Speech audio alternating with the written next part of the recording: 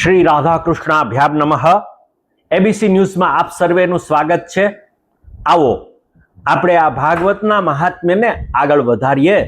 ગત ભાગમાં જોયું હતું કે સનતકુમારો દ્વારા નારદજીને માર્ગદર્શન આપવામાં આવી રહ્યું છે અને સત્કર્મ ક્યાં કરવું જોઈએ, કેટલા દિવસ કરવું જોઈએ અને એમાં વિધિ શું કરવો જોઈએ.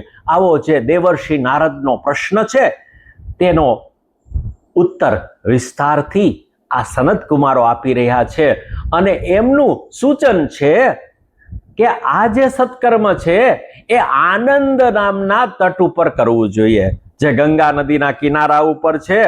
એ આનંદ નામનો તટ છે, અતિ રમ્ય છે, નવી સરસ મજાની રેતી છે અને ત્યાં રહેલા પ્રાણીઓને એકબીજા માટે વેર પણ નથી.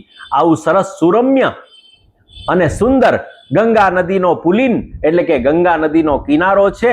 ત્યાં એકાંત પણ છે, શાંતિ છે અને પવિત્રતા છે, સરસ મજાનું વાતાવરણ છે.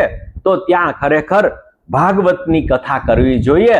અને જેવી ભાગવતની કથા થશે, સનત કુમારો કહી રહ્યા છે, સનત કુમારોને વિશ્વાસ છે અને એમની વાણી ક્યારેય મિથ્યા થતી નથી. તો એવો કહી રહ્યા છે કે ત્યાં ગંગા ની ઉપર આ જે તટ છે એ આનંદ દેનાર છે ને આનંદ આપશે. તો કે કોને આનંદ આપશે? તો કે ત્યાં જ્ઞાન, વૈરાગ્ય અને ભક્તિ આ ત્રણે ત્રણ ત્યાં આવશે અને તરુણ બની જશે, આનંદિત થઈ જશે. કારણ કે નામ જ આનંદ નામનો તટ છે અને જે સાંભળશે એ સર્વેને પણ આનંદ આપશે.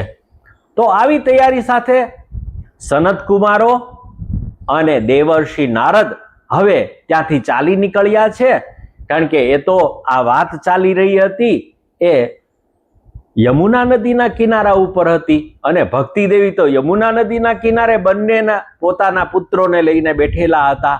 હવે ત્યાંથી આ ચાર સનત કુમારો અને દેવર્ષિ નારદ આમ 5 જણા એ ગંગા નદીના કિનારા ઉપર જવા માટે, આનંદ નામના તટ માટે જવા નીકળ્યા છે. તદા યાતાસ્તટમ તેતુ તદા કોલાહલો ભવત.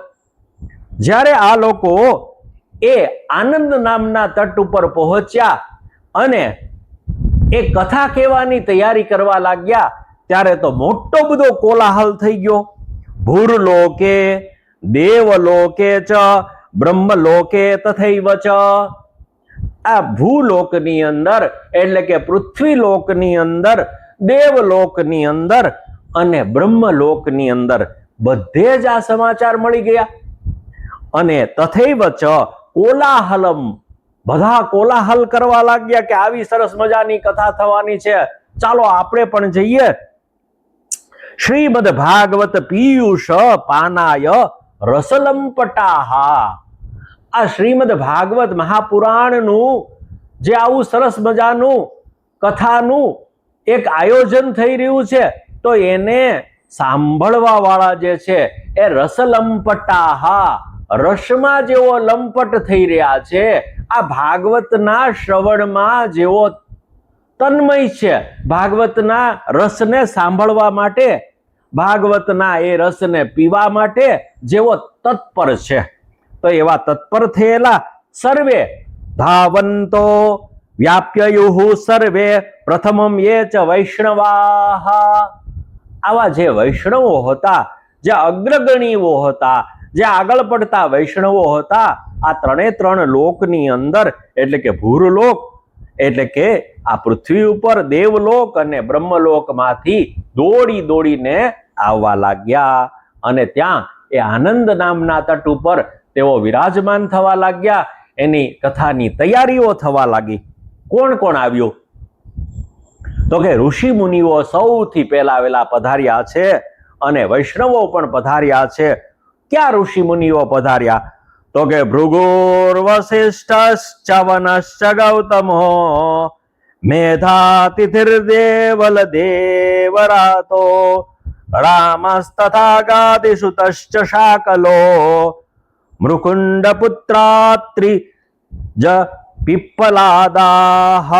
કોણ કોણ આવ્યું? તો કે ભૃગુ, વસિષ્ઠ, ચવન, ગૌતમ, મેધાતિથિ દેવલ, દેવરાત, રામ તથા ગાધીસુત અને શાકલ અને મૃકુંડ પુત્ર, આમ પીપલાદ, અત્રિ વગેરે તેઓ ત્યાં આવ્યા છે.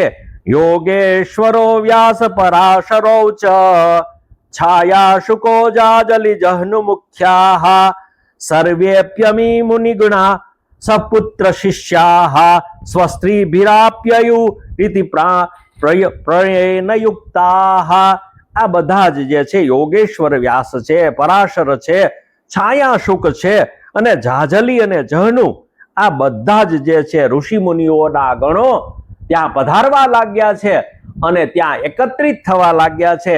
આ કથાના રસપાન માટે આટલા બધા ઋષિઓ ત્યાં આવ્યા છે. એ ઉપરાંત કોણ આવ્યું છે?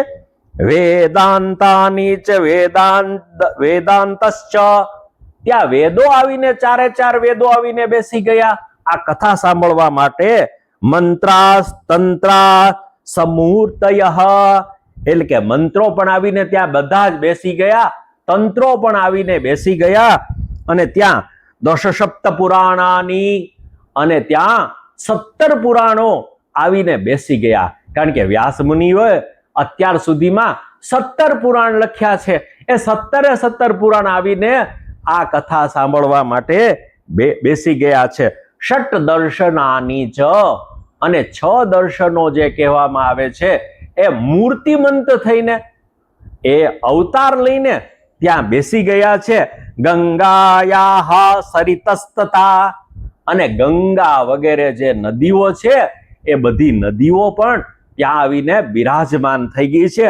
કારણ કે એ બધાને આવી સરસ મજાની જે કથા સનત કુમારો કહેવાના છે એ કથા સાંભળવામાં રુચિ છે, એમને ઇન્ટરેસ્ટ છે, એમને રસ છે. માટે આ બધા જ ઋષિ મુનિઓ, ગણો, વેદો, મંત્રો, ઉપનિષદો, ગંગા વગેરે તીર્થો એ બધા જ આવીને ત્યાં બિરાજમાન થઈ ગયા છે. આખે આખું જે છે એ જગ્યા, આનંદ નામનો તટ એ પૂર્ણ રીતે ભરાઈ ગયો છે અને કથાની જોરદાર તૈયારીઓ થવા લાગી છે.